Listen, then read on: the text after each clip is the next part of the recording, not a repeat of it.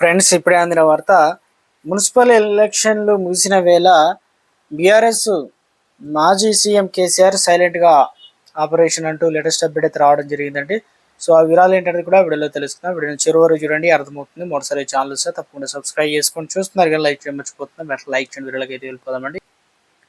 Assembly ఎన్నికల తర్వాత బలహీనంగా కనిపిస్తున్న భారత రాష్ట్ర సమితి బీఆర్ఎస్ ఇప్పుడు పూర్తి వ్యూహంతో ముందుకు సాగుతుంది. ఇప్పుడు సెంటిమెంట్ ఆధారంగా నచ్చిన పార్టీ ఇప్పుడు ప్రజా సమస్యల ఆయుధంగా మార్చుకుంటూ గ్రౌండ్ లెవెల్ రికనెక్టివ్ పైన దృష్టి సాధించింది. పైకి ప్రశాంతంగా కనిపిస్తున్న లోపాల మాత్రం గులాబీ దళం పునర్వ్యవస్థీకరణకు అధినేత కేసీఆర్ దిశానిర్దేశ కార్యాచరణ చేపట్టారు.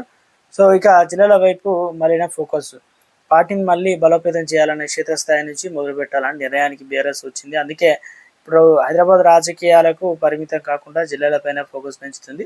వర్కింగ్ ప్రెసిడెంట్ కేటీఆర్ నేరుగా బాధితుల వద్దకు వెళ్లి వారి సమస్యలను తెలుసుకుంటూ ప్రభుత్వంపై విమర్శలు మోస్తున్నారు. అయితే భూసేకరణ, భూ వివాదాలు, రైతుల సమస్యలు, నిరుద్యోగం వంటి అంశాలు ప్రత్యక్షంగా స్పందిస్తూ పార్టీ శ్రేణుల్లో ఉత్సాహం నింపేందుకు ప్రయత్నం చేస్తున్నారు. ఖమ్మం, నగర కర్నూలు జిల్లా ఇప్పటికే పర్యటన ప్రారంభించినారు. త్వరలోనే రైతులు ఆత్మహత్యల కుటుంబాలను కూడా పరామర్శించేలా ప్లాన్ చేస్తున్నారు. ఫామ్ హౌస్ నుంచి కేసీఆర్ వ్యూహాలు. ఇక ఎర్రవెల్లి ఫామ్ హౌస్ కేంద్రంగా కేసీఆర్ రాజకీయ వ్యూహాలు రచిస్తున్నారు. బయట పెద్దగా కనిపించకపోయినా పార్టీని మళ్ళీ నిలబెట్టేందుకు గాను పావులు కదుపుతున్నారు. నియోజకవర్గాల వారీగా కీలక నేతలతో టెలికాన్ఫరెన్స్ నిర్వహిస్తూ ఓటమి గల కారణాలు విశ్లేషిస్తున్నారు. కార్యకర్తలు నెలకొన్న నిరుత్సాహాన్ని తొలగించి మళ్ళీ మనదే పాలన అనే నమ్మకాన్ని కలిగించే ప్రయత్నం జరుగుతుంది. అలాగే సోషల్ మీడియా వేదిక కూడా ప్రభుత్వ వైఫల్యాన్ని ప్రజల్లోకి తీసుకెళ్లేందుకు ప్రత్యేక బృందాలను కూడా సిద్ధం చేశారట.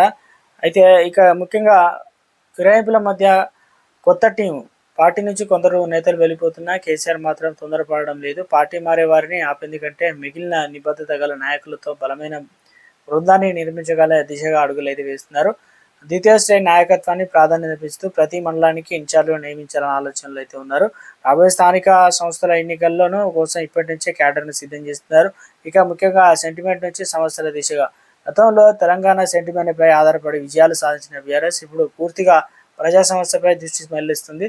నిరుద్యోగ భృతి, రైతు రుణమాఫీ, పెన్షన్ల పంపిణీ జాప్యం వంటి అంశాలు ప్రభుత్వంపై అస్త్రాలు ఉపయోగించేందుకు సిద్ధంగా ఉంది. ప్రజా సమస్యల పోరాటం ద్వారా కోల్పోయిన విశ్వాసాన్ని తిరిగి సంపాదించుకోవచ్చని పార్టీ భావిస్తుంది. శాసనసభలో కూడా ప్రభుత్వాన్ని ఇబ్బంది పెట్టేలా వ్యూహాలు సిద్ధం చేస్తున్నారు. సైలెంట్గా రీయాక్టివేషన్ ప్లాన్ అనమాట. బయటకు నిశ్శబ్దం కనిపిస్తున్న బీఆర్ఎస్ లోపల భారీ మార్పులు జరుగుతున్నాయి. సరైన సమయంలో చూసి పార్టీని పూర్తిగా రియాక్టివ్ చేయాలని లక్ష్యంతో కేసీఆర్ ముందుకు సాగుతున్నారు. గోదావరి జలాల పేరుతో బహిరంగ సభల ద్వారా పార్టీకి కొత్త ఊపు తీసుకురావాలని భావించిన ఎన్నికల నేపథ్యంలో ఆ ప్లాన్ వాయిదా పడింది. అయితే పరిస్థితులు అనుకూలంగా మారిన వెంటనే గులాబీ దళం పూర్తి స్థాయిలో రంగంలోకి దిగే ఆచరణ కనిపిస్తుంది. ఓటమి తర్వాత వెనక్కి తగినట్టు కనిపించిన బీఆర్ఎస్ ఇప్పుడు కొత్త రూపంలో తిరిగి వస్తుంది. KCR silent operation, KTR ground active, కొత్త నాయకత్వం కలయికలతో గులాబీ దళం మళ్ళీ బలపడుతుంది అన్నది రాజకీయ వర్గాల్లో ఆసక్తికరంగా